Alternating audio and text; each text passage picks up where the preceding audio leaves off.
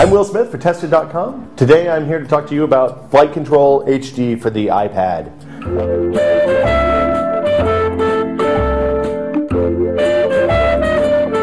As you can see, Flight Control HD is very similar to the Flight Control that came out for the iPhone, I guess last year or the year before even. It's kind of a classic iPhone game.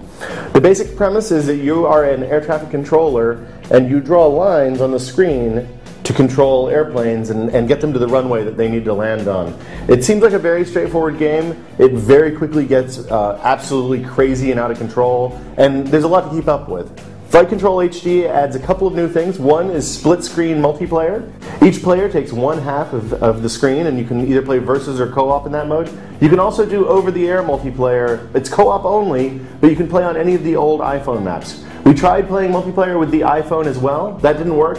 Not sure if that's intended or a bug, but something to keep in mind.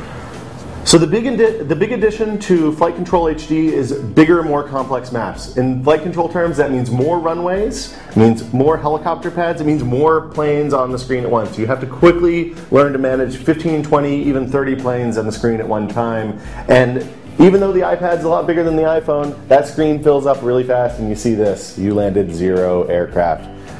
The one thing that I really like about Flight Control HD is actually that they've added iPod controls into the game.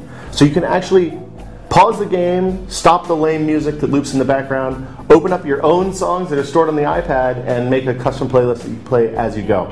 Flight Control HD is $5. It's a definite enhancement to the Flight Control brand. I quite like it.